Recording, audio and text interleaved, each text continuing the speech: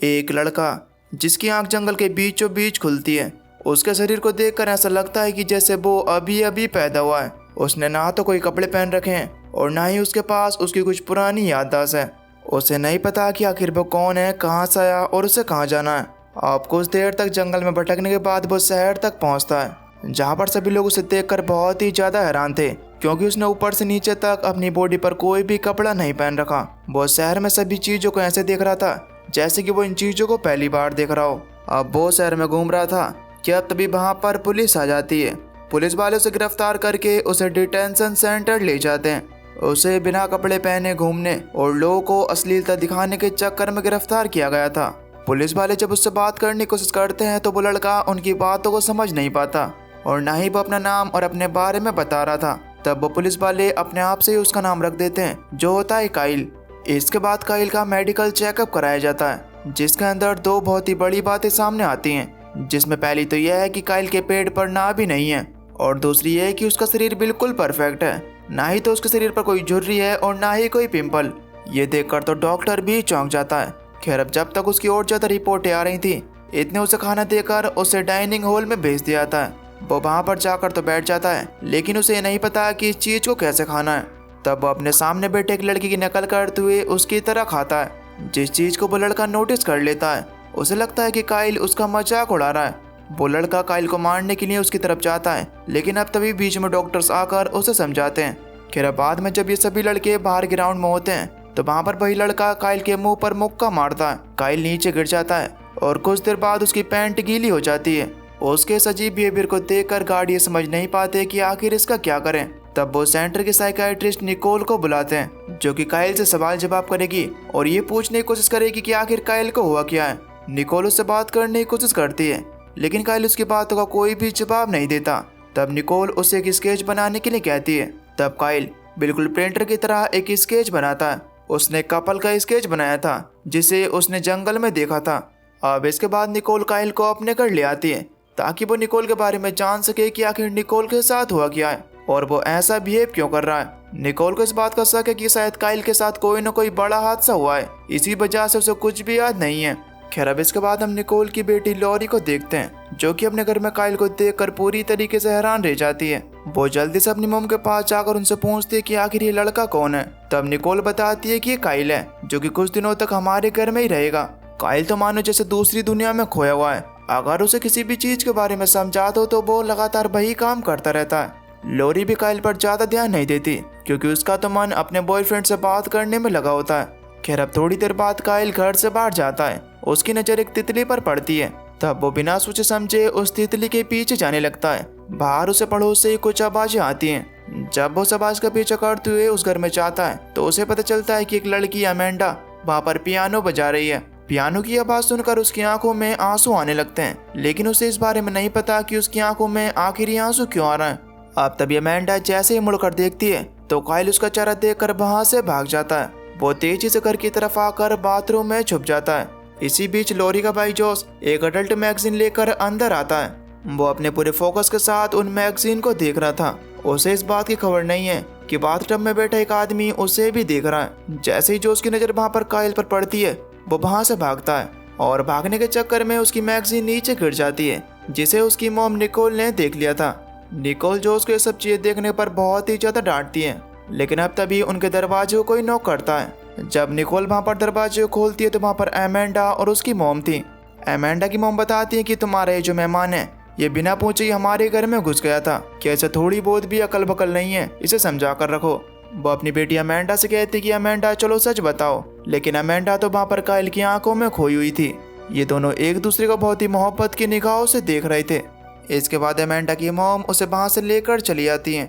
अब उस रात जब निकोल का हस्बैंड स्टीफन घर वापस आता है तो वहाँ पर निकोल स्टीफन को काइल से मिलवाती है और बताती है कि कुछ दिनों तक यहाँ पर रुकने वाला है। खैर, अब जब ये सभी लोग रात को बैठकर डिनर कर रहे होते हैं तो वहाँ पर काइल पहली बार बोलता है, लेकिन इसके मुंह से जो ये शब्द निकले थे वो गालियाँ थीं। दरअसल ये बातें उसने डिटेंशन सेंटर के लड़कों से कैप्चर की थी। इसके बाद वो बिना सोचे समझे वही बातें दोहराने लगता है जो कि लॉरी अपने बॉयफ्रेंड से कॉलिंग पर कह रही थी। सभी को ये सुनकर बहुत ही हैरानी होती है कि लॉरी अपने बॉयफ्रेंड के साथ भागने वाली थी। निकोल के दोनों बच्चे काइल से बहुत ही ज्यादा गुस्सा हैं। खैर अब अगली सुबह जोश जब अपना होमवर्क कर रहा होता है तो वो काइल को कुछ सवाल करने के लिए कहता है। तब काइल बिना किसी दिक्कत के सभी सवालों के जवाब दे देता है।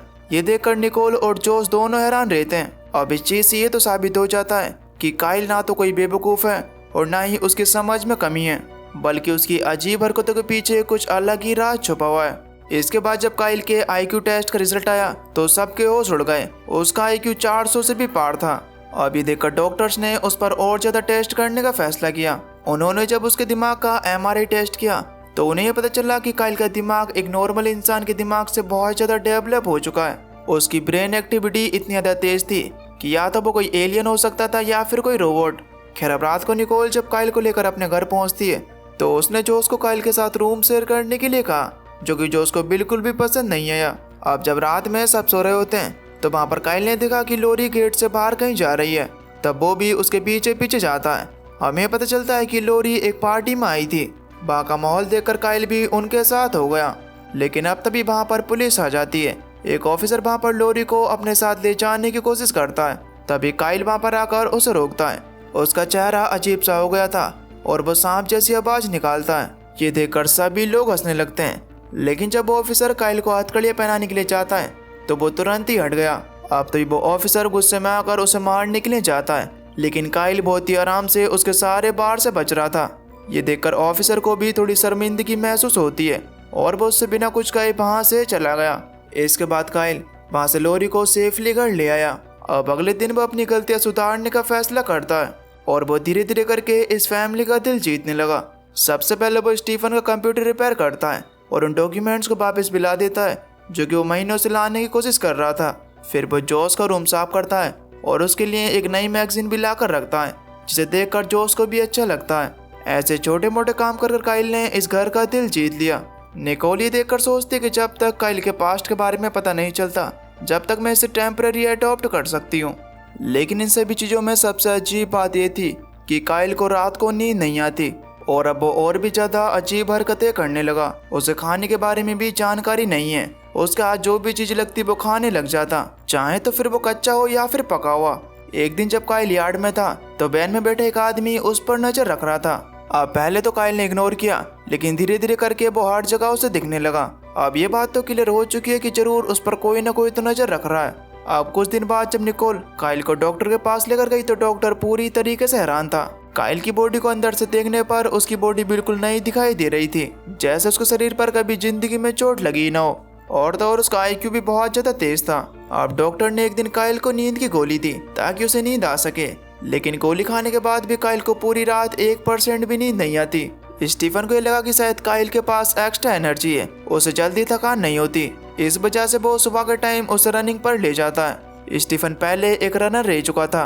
उसे ऐसा लगता है कि वो काइल को जल्दी थका देगा, लेकिन स्टीफन थक जाता है, बल्कि काइल नहीं थकता, बल्कि वो तो एक ओलंपिक रनर की तरह भाग रहा था। स्टीफन घर आकर निकोल से कहता है कि देखो निकोल, मुझे नहीं लगता कि काइल कोई नॉर्मल इंसान है, इसलिए तुम चाहकर इसे वहीं पर छोड़ाओ जहाँ से तुम इसे लेकर आई थी। इनकी सारी बातें काइल भी सुन रहा था और उसे बातें सुनकर बहुत ही ज्यादा बुरा लगता है और वो बिना किसी को बताए घर से भाग गया। स्टीफन ने उसे हर जगह ढूंढने की कोशिश की, लेकिन वो उसे कहीं पर भी नहीं मिला। अब तभी निकोल को वहाँ पर काइल द्वारा बनाई हुई कुछ स्केच दिखाई देती हैं और एक स्केच पर जो जगह बनी हुई थी उस जगह को निकोल जानती है। इसके बाद वो लोग बिना वक्त गवाए टॉर्च लेकर उस तरफ निकल पड़े और आखिरकार वहाँ पर उन्हें काइल मिल भी गया। वो आसमान की तरफ तारे देख रहा था। ये लोग काइल को एक बार फिर से अपने घर लेकर आते हैं, जहाँ पर स्टीफन काइल से सॉरी कहता है। खैर अब थोड़ी देर बाद कार्ल को वहाँ पर एक रेडियो दिखाई देता है जिसके अंदर से कुछ आवाजें आ रही थी। वो आवाजें उसे बहुत ही ज्यादा अच्छी लगी और उस रात पहली बार काइल को नींद आई। खैर अब अगले दिन निकोल के पास पुलिस का कॉल आता है। वो लोग बताते हैं कि हमें जहाँ पर काइल मिला था वहाँ पर हमें एक डेड बॉडी का कंकाल भी मिला है।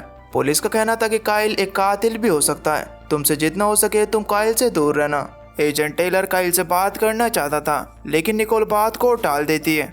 खैर अब अगली सुबह जैसे ही काइल उठता है तो वो टीवी देखने की कोशिश करता है, लेकिन उसके टीवी पर सिग्नल नहीं आ रहे थे। तब वो बिना किसी देरी के सीधा छत पर चढ़ जाता है और एंटीना को सीधा कर देता है। लेकिन जब वो वापस आ रहा था तो वो ऐसे ही सीधा छत पर से कूद जाता है। ये चीज अमेंडा ने भी देख ली थी। अमेंडा घबराकर अपनी गाड़ी को एक कचरे के डब्बे में ठोक देती है। अब तभी काइल बिना किसी चोट के उसके सामने आ जाता है अमेंडा ये देखकर हैरान होती है कि काइल तो इतने ऊपर से गिरा था, लेकिन उसके शरीर पर एक भी चोट का निशान नहीं है। खैर अमेंडा की मोम, जो कि पहले से ही काइल से बहुत ज्यादा चिढ़ती थी, वो कार की हालत को देखकर बहुत ही ज्यादा गुस्सा करती हैं। वो वहाँ पर अमेंडा को उल्टा सीधा सुनाने लगती हैं। लेकिन अब तभी वहाँ पर काइल आता है और कहने लगता है कि इसमें अमेंडा की कोई भी गलती नहीं है, सारी गलती मेरी है। तब ये सुनकर अमेंडा की मोम भी चुप पड़ गई। रात को जब स्टीफन अपने घर पहुंचता है तो वो निकोल को बताता है कि पुलिस को एक बहुत ही बड़ी बात पता चली है, और वो यह है कि जिस दिन काइल मिला था उस दिन एक आदमी भी लापता हो गया था। इधर ये आदमी इनकी सारी बातें स्पीकर के जरिए सुन रहा था। खैर अब जब सुबह के टाइम में निकोल अपने घर की सफाई कर रही होती है तो वहाँ पर उसे काइल द्वारा बनाई हुई कुछ स्केच दिखाई देती हैं। इन स्केचेस में एक पैटर्न जुड़ा हुआ होता है। जब वो इन स्केच को जोड़कर देखती है तो उसे एक सिंबल दिखाई देता है, वही सिंबल जो कि क्राइम सीन पर मिला था। अब इस बात से ये तो कन्फर्म हो जाता है कि काइल भी वहाँ पर मौजूद था और इस केस से उसका कोई न कोई कनेक्शन है।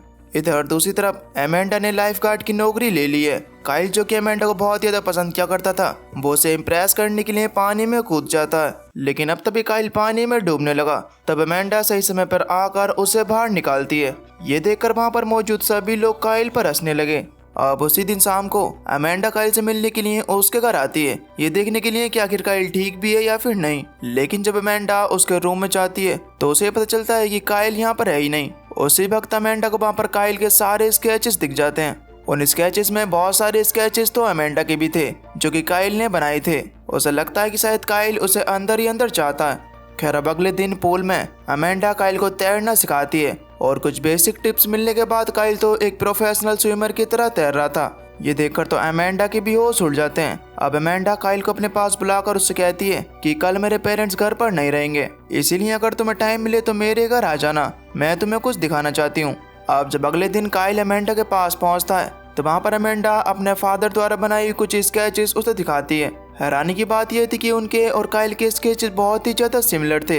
अब काइल सोचता है कि वो अमेंडा के लिए एक बहुत ही अच्छा सरप्राइज बनाएगा। उसने अमेंडा के फादर और अपनी स्किल मिलाकर एक बहुत ही अच्छा पोर्ट्रेट बनाया और अब बस उसे थोड़ी बहुत हिम्मत जुटाकर ये गिफ्ट किसी तरीके से अमेंडा को देना था। अब रात को काइल जोश के साथ एक पार्टी में जाता है जहाँ पर अमेंडा भी आने वाली थी। अब जैसे अमेंडा वहाँ पर आई तो काइल के अरमानों पर पानी फिर गया, क्योंकि अमेंडा के साथ था उसका बॉयफ्रेंड चार्ली। काइल का दिल पूरी तरीके से टूट चुका था। उसने जो स्केच अमेंडा के लिए बनाई थी वो उसे जाकर फेंक देता है। उस रात काइल को अच्छी तरीके से नींद भी नहीं आती।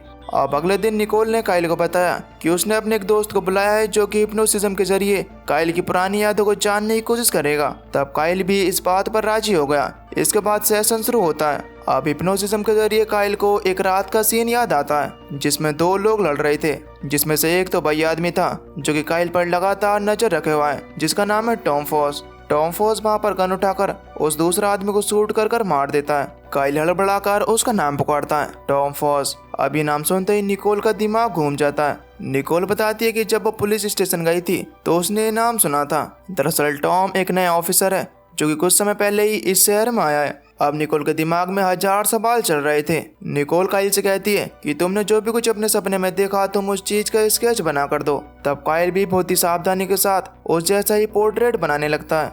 अब जब वो लोग उन पोर्ट्रेट को देखते हैं तो उनमें से एक पोर्ट्रेट उसी आदमी का था जिसको टॉम फॉस ने गोली मारी थी। इस आदमी का नाम फ्रेडमैन है। फ्रेडमैन एक यूनिवर्सिटी में प्रोफेसर था और वह ह्यूमन मेमोरी में बहुत ही ज्यादा एक्सपर्ट है। अब ये कंफर्म हो गया था कि जंगल में जो हड्डियां मिली थी वो फ्रेडमैन की थी। अब सवाल तो ये था कि फ्रेडमैन का काइल से क्या संबंध है। इन्हीं सवालों का जवाब जानने के लिए ये लोग उस यूनिवर्सिटी में जाते हैं।